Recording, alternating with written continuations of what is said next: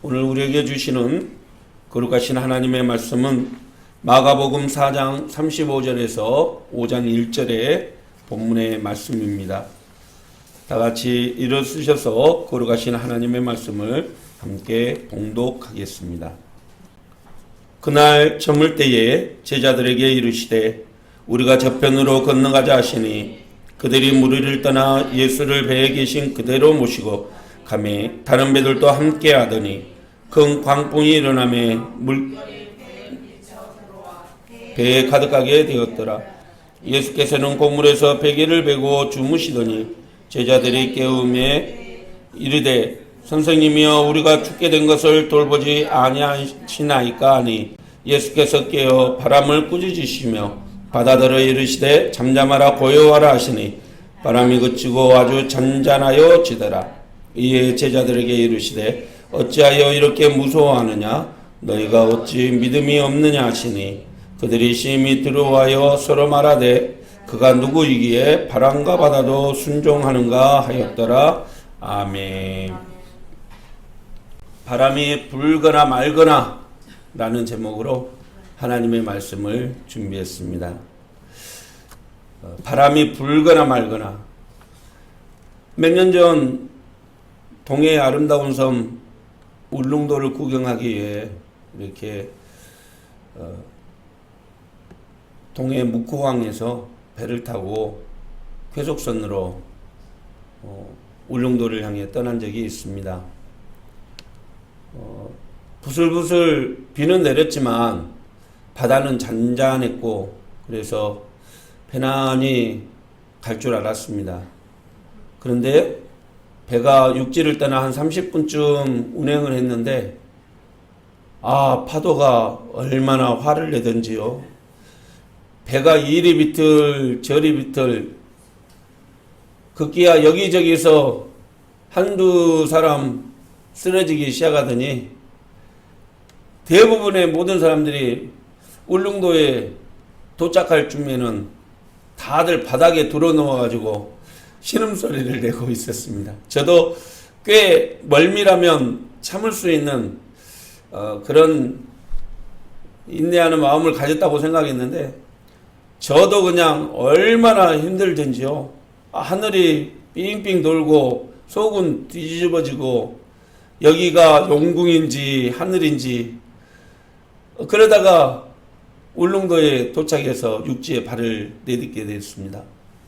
모든 사람들의 표정이 아이고 죽다 살아났구나 하는 표정으로 발을 내딛고 나오는데 딱 한 사람 그 배에 같이 탔던 딱 한 사람만이 싱글벙글 하면서 인사를 하는 거예요.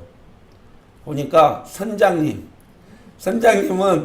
배가 육지에 도착하니까 제일 먼저 나와가지고 싱글벙글 하면서 가시는 승선객들에게 한 사람 한 사람 인사를 하고 있었습니다. 제가 속으로 화가 나기도 하고 운전을 좀 잘 좀 하지라는 마음에 그렇게 말을 드렸어요. 선장님, 이런 날씨에는 배 운항하기가 어렵지 않아요? 그랬더니 선장님이 무슨 의도인지 알았는지 저를 보고 씩 웃으면서 얘기했습니다. 이 정도면 약과죠. 그래도 이 정도면 편히 온 겁니다. 그렇게 얘기를 했습니다. 선장님은 아무 문제 아니라는 그런 얘기죠. 그렇습니다. 여러분, 선장님은 알고 있었던 거죠. 비가 오거나 바람이 불거나 이 정도 날씨면 갈 수 있다 없다는 것을 본인은 알고 있었던 것입니다. 비가 오거나 말거나 그저 본인은 목적지인 울릉도만 생각하며 배를 운전하며 나아갔던 것이죠. 저는 생각해 봤습니다. 우리의 인생도 이렇구나. 때로는 우리가 가야 할 길에 비가 오고 바람이 불고 때로는 돌풍이 일어나서 휘청이고 아파하고 넘어질 때가 있지요. 때로는 너무 괴로워서 혼자 울부짖으며 고통을 참아낼 때도 있습니다. 하지만 그 험난한 인생길 우리는 그 길을 가야 한다는 것을 알고 있습니다. 사랑하는 성도 여러분, 때로는 우리가 걸어가는 인생길이 힘들고 어렵지만 포기하지 않고 그 인생길을 걸어갈 때 우리는 인생의 값진 승리를 얻게 된다는 사실을 기억하시길 바랍니다. 우리와 인생길을 함께 걸어가는 사랑하는 가족과 이웃과 동료들과 또 믿음의 성도들과 더불어 끝까지 믿음의 길, 삶의 길을 완주하고 승리하는 저와 여러분이 되시기를 주님의 이름으로 축원합니다. 오늘 본문의 말씀을 한마디로 요약하면 4장 35절의 말씀과 5장 1절의 말씀입니다. 예수님이 제자들에게 강 건너편 거라사 지방으로 가자라는 한 말씀과 또 5장 1절에 강 건너편에 이르러 라고 기록되어 있습니다. 여기에서 거라사 지방은 알렉산더 대왕이 10개의 식민 도시를 만들어서 이 헬라인들을 분산해서 이주시켰는데 그 이주한 도시 중에 하나가 이 거라사 지방이었습니다. 그래서 이방인들이 상당히 많이 살고 있었죠. 이스라엘을 위해서 보냄받으신 예수님이었지만 이방인들에게도 하나님의 복음을 전하시기 위해서 거라사 지방으로 발걸음을 옮기셨던 것이죠. 그런데 그 중간에 기가 막힌 드라마 한 편이 펼쳐지게 된 것이죠. 예수님과 제자들이 탄 배가 광풍을 만나서 제자들의 표현처럼 다 죽게 생긴 상황을 만나게 되었다는 것입니다. 그런데 놀랍게도 예수님이 바다와 파도를 꾸짖으셔서 잠잠케 하시고 무사히 그 바다를 건넜다라는 거죠. 오늘 본문의 말씀에 보면 한편의 드라마로 생생하게 우리에게 기억되는 게 예수님의 표정과 제자들의 표정이 어땠을까 하는 그런 생각입니다. 이 광풍이 불어서 배가 뒤집어져서 모두 죽게 된 상황에서 예수님은 사진 한번 보시면 백전에서 편안히 베개를 베고 주무시고 계셨다라는 거죠. 그런데 제자들은 그야말로 곧 죽게 됐다라는 불안감과 두려움에 야단 법석이 났다는 겁니다. 오늘 우리말 성경으로 38절의 말씀 한번 읽어드리겠습니다. 예수께서 배 뒷부분에서 베개를 베고 주무시고 계셨습니다. 제자들이 예수를 깨우며 말했습니다. 선생님, 저희가 빠져 죽게 됐는데 모른 척 하십니까? 이게 제자들의 현재의 마음이죠. 빠져 죽게 됐다라는 말은 원어적인 의미로 살펴보니까 멸망하게 되었다 라는 의미입니다. 인생 끝났다라는 표현이에요. 똑같은 상황에서 예수님과 제자들이 이렇게 대처하는 방법이 왜 달랐을까요? 똑같은 상황에서 예수님은 편안히 주무실 수 있었고 제자들은 어떻게든지 살기 위해서 몸부림칠 수밖에 없는 상황. 여기에는 단 하나의 요소가 갈라졌다라는 겁니다. 그것은 바로 믿음이라는 요소이죠. 믿음을 가지고 있느냐 없느냐에 따라서 행동이 달라졌다는 겁니다. 확실한 믿음, 어떤 상황에서도 흔들리지 않는 믿음을 가지고 있느냐 없느냐에 따라서 그의 행동이 달라지게 된 것이죠. 40절 말씀을 한번 보십시오. 예수께서 제자들에게 말씀하셨습니다. 왜 그렇게 무서워하느냐? 아직도 믿음이 없느냐? 라고 말입니다. 여기에서 없다라는 표현은 아예 흔적도 없다라는 의미가 아니라 작다라는 뜻도 가지고 있습니다. 예수님을 향한 믿음이 완전히 없는 것이 아니라 너무나 작다라는 것이죠. 믿긴 믿되 확실한 믿음이 아니라는 겁니다. 왜 믿음이 작은데 예수님은 책망하셨을까요? 그것은 두려움을 이기는 가장 큰 힘이 바로 믿음이기 때문입니다. 제자들은 이 사건 전에 이미 예수님께서 귀신을 내어 쫓고 또 질병들을 치유하시고 죽은 자도 살리시는 놀라운 권능들을 여러 번 보았다는 겁니다. 베드로의 장모의 열병도 고치셨죠. 회당에서 더러운 귀신들도 물리치셨죠. 우리가 잘 아는 것처럼 가버나움에서는 중풍으로 꿈쩍도 못하는 그 환자를 4명의 친구들의 침상에 누워서 데리고 나왔는데 예수님은 그 중풍병자도 고치셨다는 겁니다. 하지만 그러한 예수님의 치유 사역을 제자들은 머리로서만 이해할 수밖에 없었다는 거죠. 맹렬히 부는 바람, 거의 죽게 된 파도의 그 두려움 앞에서 이들은 예수님이 가지고 있는 신성과 권능에 대해서 의심하게 됐고 그것을 믿지 않게 됐다는 것입니다. 결국 상황 앞에서 그들의 믿음 없음이 드러나고 말았다는 거죠. 그렇습니다. 여러분, 두려움을 이길 수 있는 것은 믿음밖에 없습니다. 할렐루야. 어릴 때 저희 시골길을 산길을 걸어가다 보면 집은 보이는데 이 주변에 깜깜하다 보니까 무슨 부스럭 소리 하나만 해도 산짐승이 나타났는가 뭐 이렇게 별 생각이 나도 그냥 꽁지 빠지게 도망간 기억들이 있습니다. 그런데 저 앞에서 누가 성철아 하고 부르는 소리만 나면 그때는 그냥 어깨가 펴지면서 발걸음이 천천하게 가게 되는 거죠. 이것이 두려움을 이길 수 있는 힘, 다시 말해서 믿음입니다.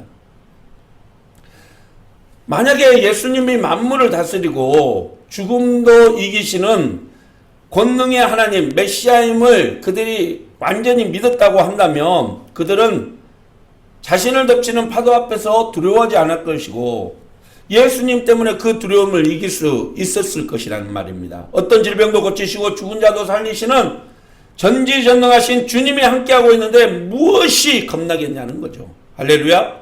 여러분, 저와 여러분들도 마찬가지 아닙니까? 우리가 인생에 만나는 시련과 역경을 두려워하는 이유는 예수님께서 그 모든 문제를 해결해 주시리라는 그 믿음이 약하기 때문이라는 거죠.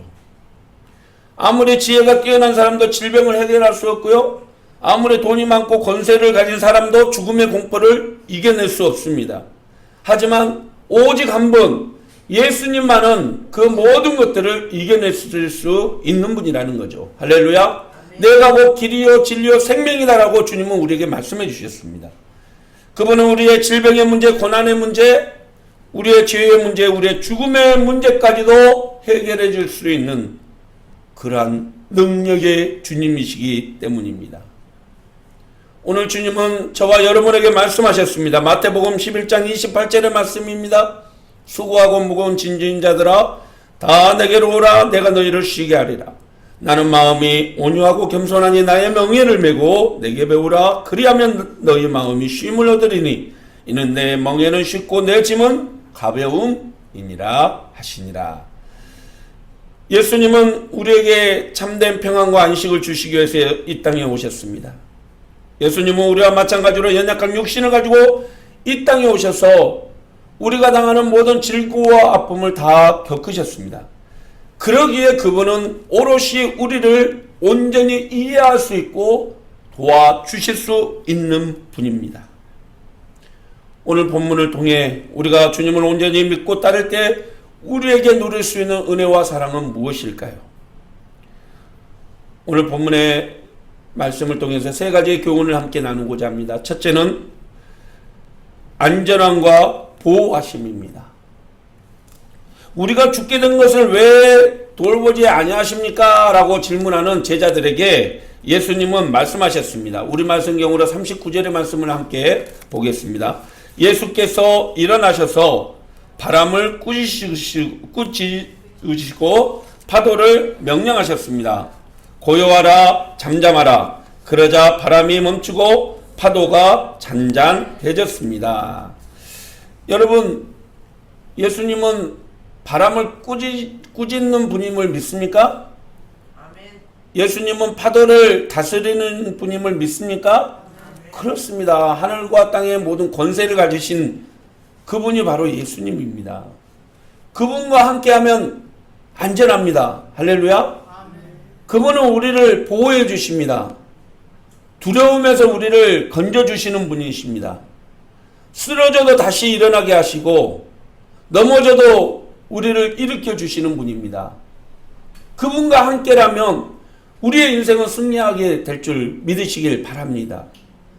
이번에 사랑하는 자녀를 먼저 하나님의 품에 보내드리고 아파하고 힘들어하는 장로님을 신방하고 그분과 함께 교제하며 위로하는데 오히려 그분이 저에게 힘과 용기를 주었습니다.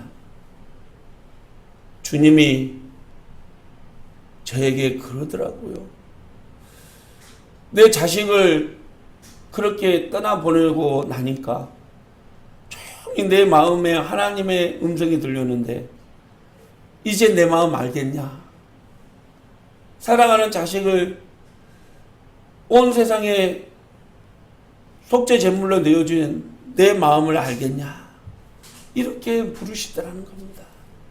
그리고 그 주님의 사랑을 깨닫게 되었다는 거죠. 여러분, 사랑하는 주님은 결코 우리를 버리시지 않고 우리를 떠나지 아니하십니다.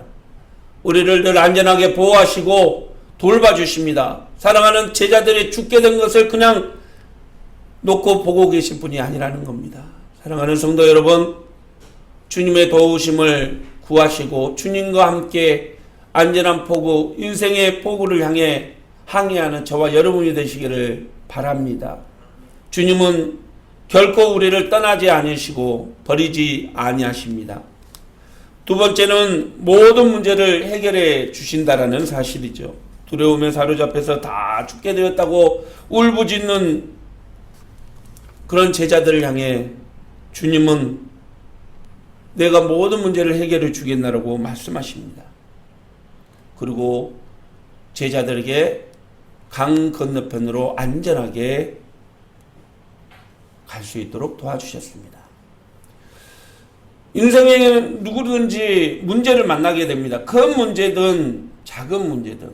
그러나 그것들을 혼자 오롯이 자기가 풀려고 한다면 때로는 지쳐서 포기하게 되고 결국 그 문제 때문에 고통당하게 됩니다. 주님은 우리의 모든 문제를 알고 계시고 우리의 문제의 해결점을 알고 계시는 분이십니다. 그래서 예수님은 자신을 보혜사, 스스로 돕는 자, 문제의 해결자라고 말씀해 주셨습니다. 여러분, 연약한 우리의 문제들이 생길 때 예수님께 도움을 구할 수 있기를 바랍니다.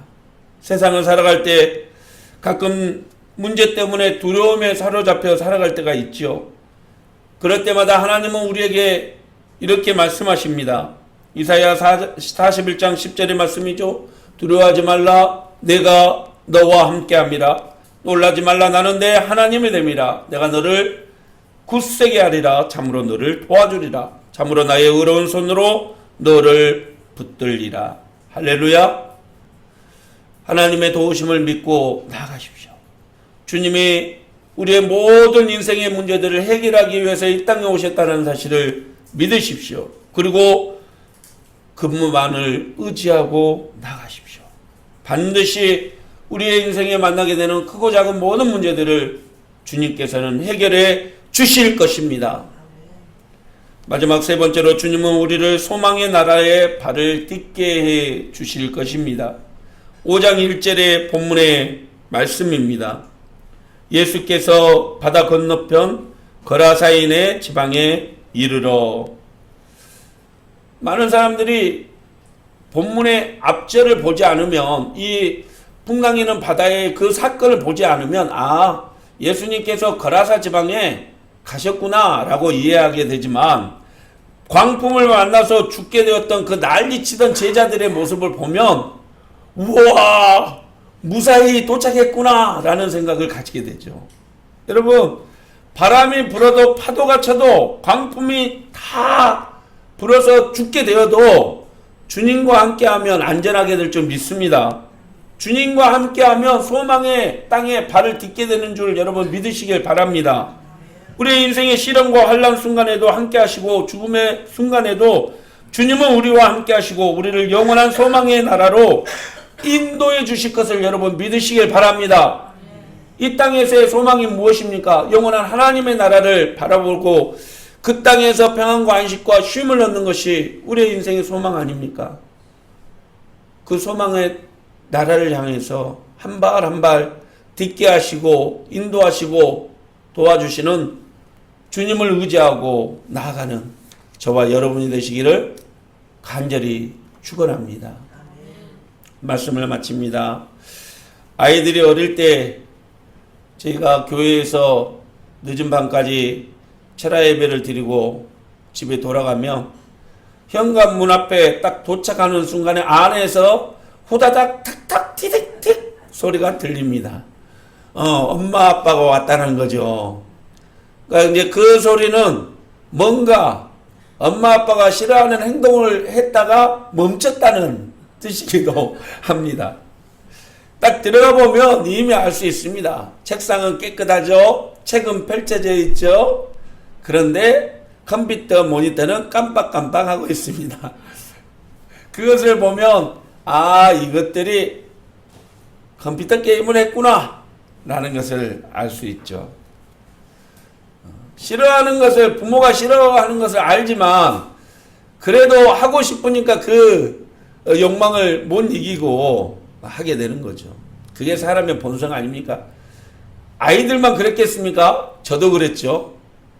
저도 학교에서 자율학습을 하라고 선생님이 지시해놓고 가면 이 책 위에다가 만화책을 올려놓고 이거 비밀인데 그거 보니라고 그러다가 선생님 온다 하면 그냥 후다닥 해가지고 공부하는 척 그렇게 한 적이 한두 번이 아니죠. 여러분 그런 표정으로 보지 마십시오. 저만 그런 것처럼 다 그런 줄 압니다.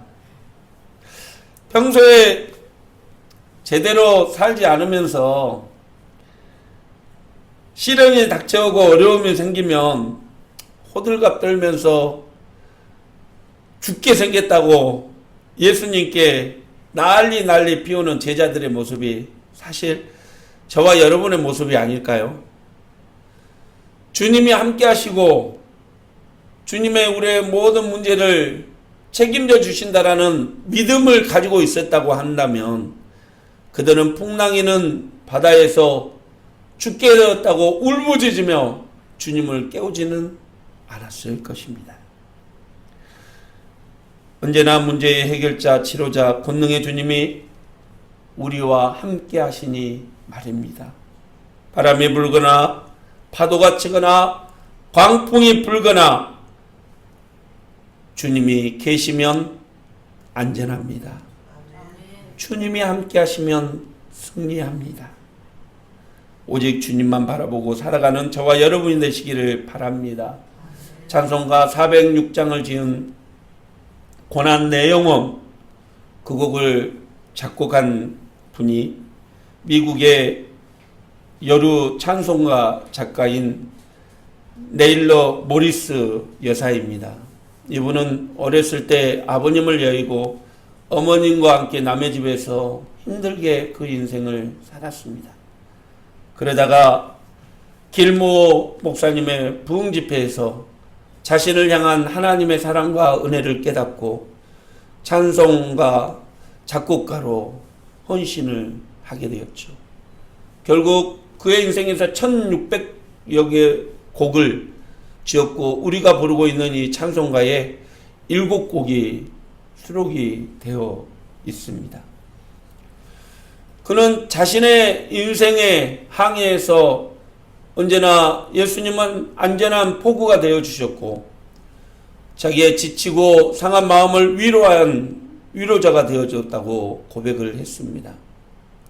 61세가 되었을 때 그는 앞을 볼 수 없는 지경이 되었습니다. 하지만 그 순간에도 그는 주님은 영원히 나를 다스리고 나를 인도해 주시는 분이라고 고백하며 찬송가를 지었던 것입니다. 그랬습니다. 폭풍을 다스리는 주님, 늘 동행하시는 주님, 위태로울 때도 도우시는 주님, 그분을 의지하고 살았더니 그분이 나를 소망의 나라에 발을 딛게 하셨다라고 고백을 합니다. 내일로 모리스 여사의 고백이 저와 여러분의 고백되기를 축원합니다. 끝까지 믿음의 길에서 주님의 손 붙잡고 승리하는 우리 모두가 되기를 축복합니다. 고난 내 영혼 편히 쉴 곳과 풍랑이 일어도 안전한 포구 폭풍까지도 다스리시는 주의 안전한 바르지에 세상 친구들 나를 버려도 예수 늘 함께 동행함으로 주의 은혜가 충만하리니 주의 안전한 바르지에 나의 믿음이 연약해져도 미리 예비한 힘을 주시며 위태할 때도 안보하시는 주의 영원한 바르지에 능치 못할 것 주께 없으니 나의 일생을 주께 맡기며 나의 인지시는 주의 영원한 바르지 주의 영원하신 팔 함께 하사 항상 나를 붙드시니 어느 곳에 가든지 요동하지 않음은 주의 팔을 의지함이라.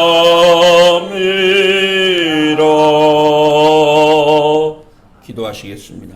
사랑의 하나님 아버지, 오늘 또 주님과 함께 주님의 은혜 안에 살게 하심을 감사합니다.